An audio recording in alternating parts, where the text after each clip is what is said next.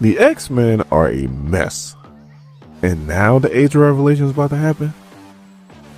Support the comic book industry by visiting your LCS.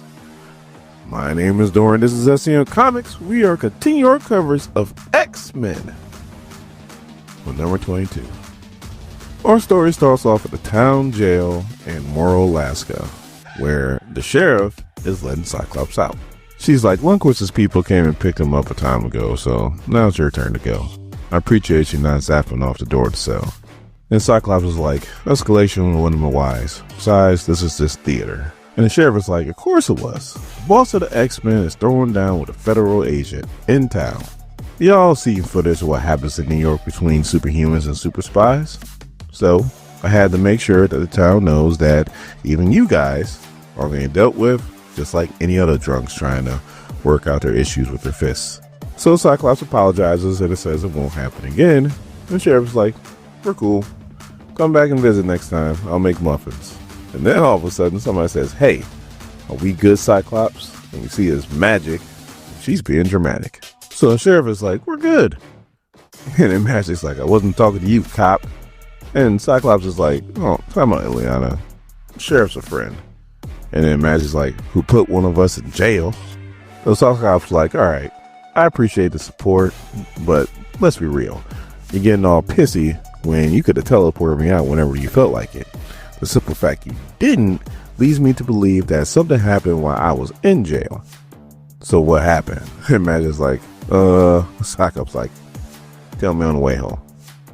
So then we cut to the factory where we see Trevor Fitzroy is being detained by the X-Men. And he's like, man, now you guys are jailing your fellow mutants? How the mighty have fallen. So Psylocke is like, who do you think you're talking to, Nightcrawler? You're alive and you're whole. Both of those things I was very against. So Fitzroy is like, you guys talk a good game. When it all comes down to it, it's all hot air. Ain't nobody scared of you guys. And all I was thinking to myself when I read this was, did you see what happened to your boy in the last issue? Like, I wouldn't be talking mess to them. So as Psylocke walks away, Timber goes behind her and is like, okay, like, what are we doing with this guy? Are we like rehabilitating him? And Psylocke is like, I believe in second chances. I've killed a lot of people in my lifetime, and I'm here now because somebody gave me a second chance. So Timber's like, okay, but I still have to say what we're going to do with him. Like, we attack Greymocken just to start sending mutants there? And Psylocke is like, he's not a prisoner. He's payment. Now, if you wonder what she's talking about, a while back, I forgot what issue, the X-Men needed help from the Hellions and King Bedlam. And Bedlam says, no problem, I got you.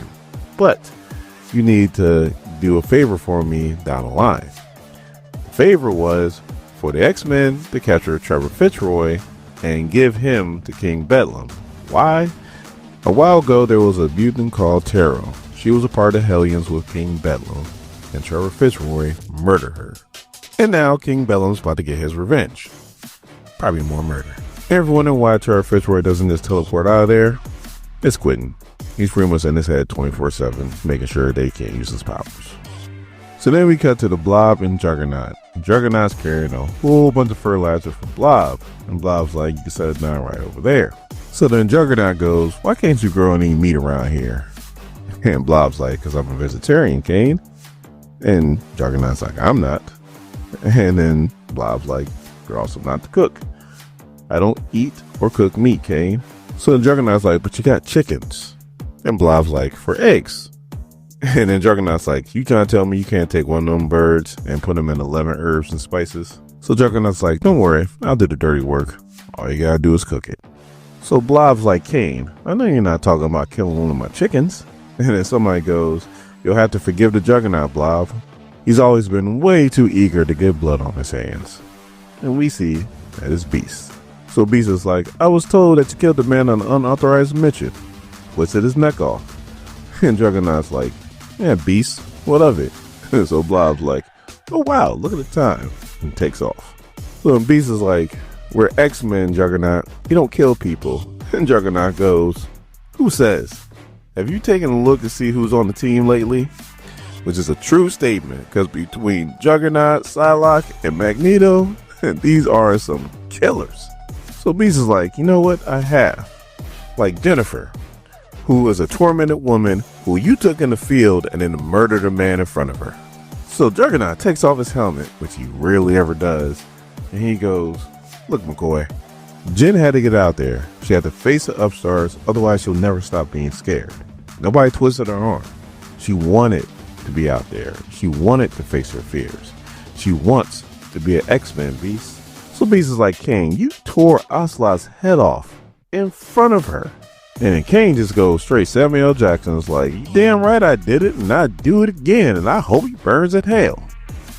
He didn't say the whole burn in hell part, that was me. So then Kane's like, "How many mutants have the Upstart killed? How many more would they kill if I didn't put him down?" So then Beast is like, "We're not a death squad." So Juggernaut's like, "Maybe you're not, but you're also not in the field. You see, I'm on the ground. I'm in the fight. And it's not even my fight, as everybody's so quick to point out. For those of you guys who don't know, Juggernaut's not a mutant. He gets his power from the Crimson Gem of Sidorak. So he's like, it might not be my fight, but it still needs to be fought. You guys taught me that in Krakoa." And then he's like, "X-Men don't kill people." Huh. Did Charles teach you that joke? Maybe he should have just been honest and tell you that mutants are at war. And with war, people die. So then we cut to Ben and Jen, and they're outside doing some painting on the factory. It's a factory, like how much you need to paint it. That's besides the point. Anyway, so Ben's like, "So, I heard Juggernaut killed a guy in front of you." And she goes, "Yeah, he did." And he's like, "So how do you feel?" And she goes, "Honestly, I don't feel anything about it." So Ben's like, "You can drop the tough girl act. Like, I know you weren't like a mobster and a killer before you got here." And Jen's like, "It's not me trying to be tough. It's my mutant ability. Like right now I'm a bird. I'm a predator. So when it comes to death, I just look at it as a need for subsistence." So then Jen's like, "Well, one knows about you now, Ben, so you sticking around here?" And Ben's like, "I'm not going anywhere until I get a handle on my powers," which is true because he has reality warping ability. So yeah, he needs to figure that out first. So then we cut to Magneto, and he is whipping Quentin Quire's butt in some chess. And he's like, "I thought you was good at chess, Quentin." And then Magneto points his helmet and goes, "I guess you're only good when you know the person's next move." And Quentin's like, "That is not true." And then Magneto goes, "Checkmate." And Quentin's like, "All right, it's true." So all of a sudden, Cyclops and Magic go through one of her portals, and Cyclops is like, "You went after the upstarts, which is 4 people. One of you guys aren't trained. Like, what were you thinking, Ileana?" So Ileana's like, "I was thinking that we had a chance to take the upstarts. I was thinking that we had a brief window. I was thinking I didn't have time to argue with Beasts. You weren't here because you were too busy playing with Lundquist by his rules. So I made a call as a former great captain of Krakoa. But Trevor Fitzroy is in our custody, and Quentin got a boo-boo." And Quentin's like, "I had to hold in my guts with my brains, thank you very much." And then Zorn healed him. So Psylocke and Temper step in, and Psylocke's like, "Welcome home, Cyclops." And he turns around, "And I thought you were supposed to be in charge of the field team when I wasn't out there." So Psylocke's like, "I am, but I like to encourage our teammates to show initiative." In other words, I didn't feel like babysitting them, motherfucker. Pretty much what she's saying. So Cyclops is like, "Okay, we need to get it together, X-Men. Ever since the second Iron Knight, we've been scattered. We need to recenter on the mission." And then Glob calls him, and Scott's like, "For God's sakes, what is it?" And Glob's like, "We got a visitor." "Visitors? Who?" And he goes, "He says he's Doug Ramsey, but I don't remember this Doug Ramsey from Krakoa." So Scott's like, "Hello, Doug. It's been a while." And Doug's like, "Scott, came a long way here." So Scott's like, "You're gonna go on some changes. Nobody's seen you since Krakoa, but there's been talk. So I need to know, am I talking to Doug Ramsey, or am I talking to the Heir of Apocalypse?" So Doug's boo thing ain't having none of that, and she's ready to go at Cyclops. But then Doug's like, "I'm down. It's cool. He has a right to ask. You know what? I'll go ahead and I'll answer. I am both. I am Doug Ramsey, formerly of the New Mutants, X-Factor, X-Force, X-Men. You can just name a mutant paramilitary squad with an X on it. I've been on it. But I am also Revelation, the Heir of Apocalypse." So Psylocke is like, "You see how that would give us some pause?" And Doug's like, I know the feeling. But I'm here to see the heir of Charles Xavier." So Cyclops is like, "That's not funny." And Doug's like, "Oh, come on, it is." So My daddy's a big bag scary man. So is yours. Who cares? They're both out of the picture. Hell, neither one of them was on the planet. So Doug pretty much says a speech how they don't have to follow Apocalypse's dreams or Xavier's dreams or anything like that. They now can follow their own dreams. But more importantly, they can evolve from what they did. And pretty much the speech is starting to win over the other X-Men. So Doug finishes off with, we want to join the X-Men. Me, Warlock, and Bay. So Cyclops is like, the X-Men aren't a democracy. They never have been. But maybe it's time we were. This isn't just my decision to make.